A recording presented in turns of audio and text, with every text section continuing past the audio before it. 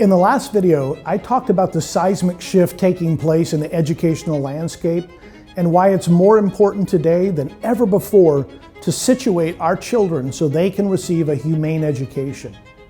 If our children are going to be prepared to live faithfully and fruitfully in this coming technological age, they'll need more than information. They're going to need to learn wisdom, judgment, eloquence, virtue, and a well-formed moral imagination.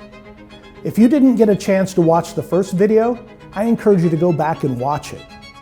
In this video, I want to raise several important questions that we need to answer correctly if we're going to provide quality educational alternatives in the ruins of our current crumbling systems.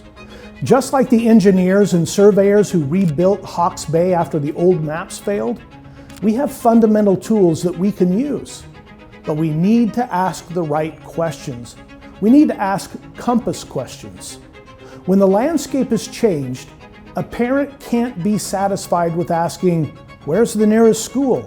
Or which program is most convenient? Or which path looks most like the path everyone else is taking? Those are map questions. And today the map no longer corresponds to the land. The first compass question is this: what is an education for? Is it job training? Is it social status? Is it so your child can make you rich by winning on Jeopardy?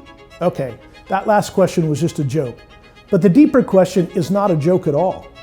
Once parents are able to answer this question honestly, they can release themselves from some of the unnecessary and distracting concerns that tend to heavily occupy their thoughts and actually impede their ability to serve their children well. Is my child at the right school? Do I need to transfer districts? What if I can't get him into AP classes? How is she going to get a scholarship? How do I prepare him for the test he needs to pass to get into college? These questions aren't meaningless. They have their place. But when we're able to answer the deeper questions, we stop stressing about all the wrong things.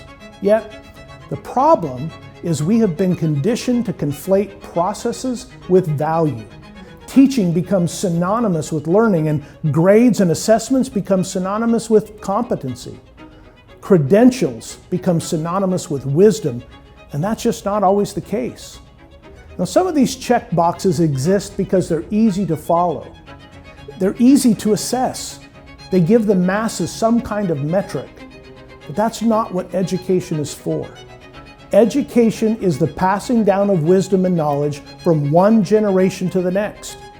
It's where every culture tells the truth about what it believes and what it loves. And so the first question we need to answer is, what is an education for? That way, we can begin thinking in the right place. The second compass question is this: what kind of person is this education forming?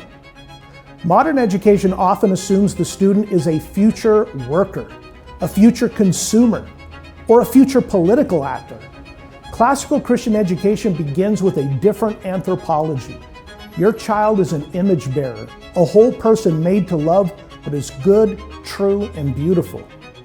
A humane education seeks to educate the whole person, human qua human. It forms the mind, yes, but also the affections, the imagination, the habits, the conscience, and the powers of expression. Classical Christian education is not indifferent to vocation or useful skills. It simply refuses to make utility the highest good. A child educated only for the job market is being educated for a market that is always changing.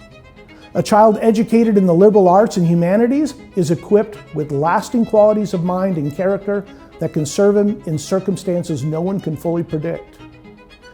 The third compass question is this: what environment is best for my child? Now, this can become a complex question, so let me try to break it down carefully. Homeschooling opportunities, private schooling opportunities, and charter schooling opportunities all have their place in the world. And here's where I'm going to tip my hand a little bit and tell you my position. If I were to put these in order, at the very bottom of the list is free government education. Now, that's not to put down anyone who's in that situation. I'm saying this is usually not going to be the kind of education that best allows your child to flourish. Now, you might be thinking, what are my options? I'm a single parent. I have limited resources. I live in an area without many choices. Those are real questions, and real life matters. We can't talk only about ideals and ignore providence, obligations, geography, finances, and whatever limits come in a family's particular season. Nevertheless, the conventional default is rarely the best option. A much better opportunity, and one that is often available without significant extra expense for parents, is a charter school. But the problem with charter schools is that they often have long waiting lists, and by design, they're not able to provide the full education represented by a classical and Christian pedagogy. They can provide a good civic education, a good liberal arts education, liberal meaning a free education, and in many cases, they're head and shoulders above the public school system. And so that's sometimes a better opportunity, but it's still missing something significant. The best education you can give your child is generally either in a private Christian school or in a Christian homeschool environment. The difference will come down to several matters, especially parental availability. So again, we can talk about ideals, but we also have to consider real life. Where are we in our life? What can we do faithfully? What can we sustain? What will actually help this child in this home, in this season, under God's providence?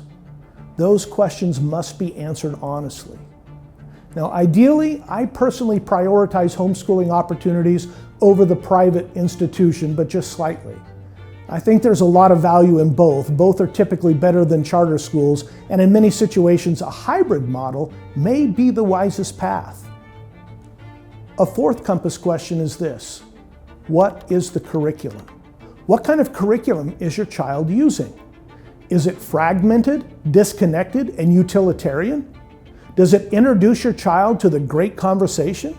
Does it rely primarily on textbooks that summarize what other people have said? Or does it lead students into primary sources, the best literature, history, philosophy, theology, poetry, and ideas of the Western tradition? Classical Christian education is more than a method.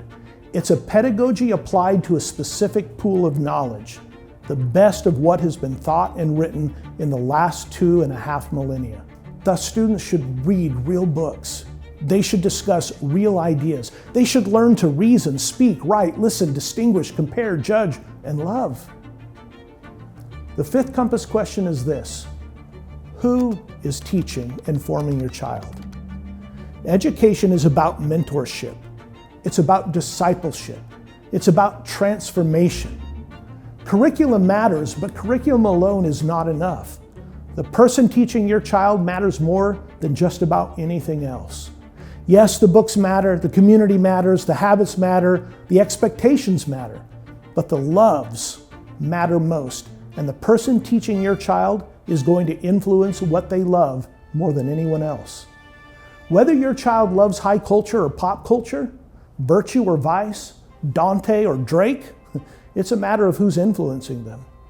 A child is always being formed, and so the question's not whether formation is happening. The question is who is forming the child and toward what end. The sixth compass question is closely related. Does this education cultivate virtue and wisdom? Modern education often behaves as though education can concern itself only with the is and not with the ought. But every school has a vision of what a student ought to become. The only question is whether that vision is true, noble, and worthy of your child's soul. Classical Christian education teaches students with the goal of fostering virtue and wisdom instead of helping them accumulate disconnected facts or skills for the job market. It asks what kind of person this student is becoming. The seventh and final compass question is this: does this education teach my child to master words rather than be mastered by them? We live in an age of screens, slogans, propaganda, emotional manipulation, and endless digital noise. Classical Christian education is language-focused learning. It emphasizes learning through words written and spoken. Now, this doesn't mean that it excludes beauty, music, art, painting, architecture, or images. Quite the contrary. But it does insist that students must become masters of language, not prey to it. A young person who cannot read carefully, reason soundly, and speak truthfully is vulnerable in every age, and in our age, that vulnerability is magnified by the internet, social media, and AI. So those are the compass questions. What is education for? What kind of person is this education forming? What environment is best for my child? What is the curriculum? Who's teaching and forming my child? Does this education cultivate virtue and wisdom? Does it teach my child to master words rather than be mastered by them?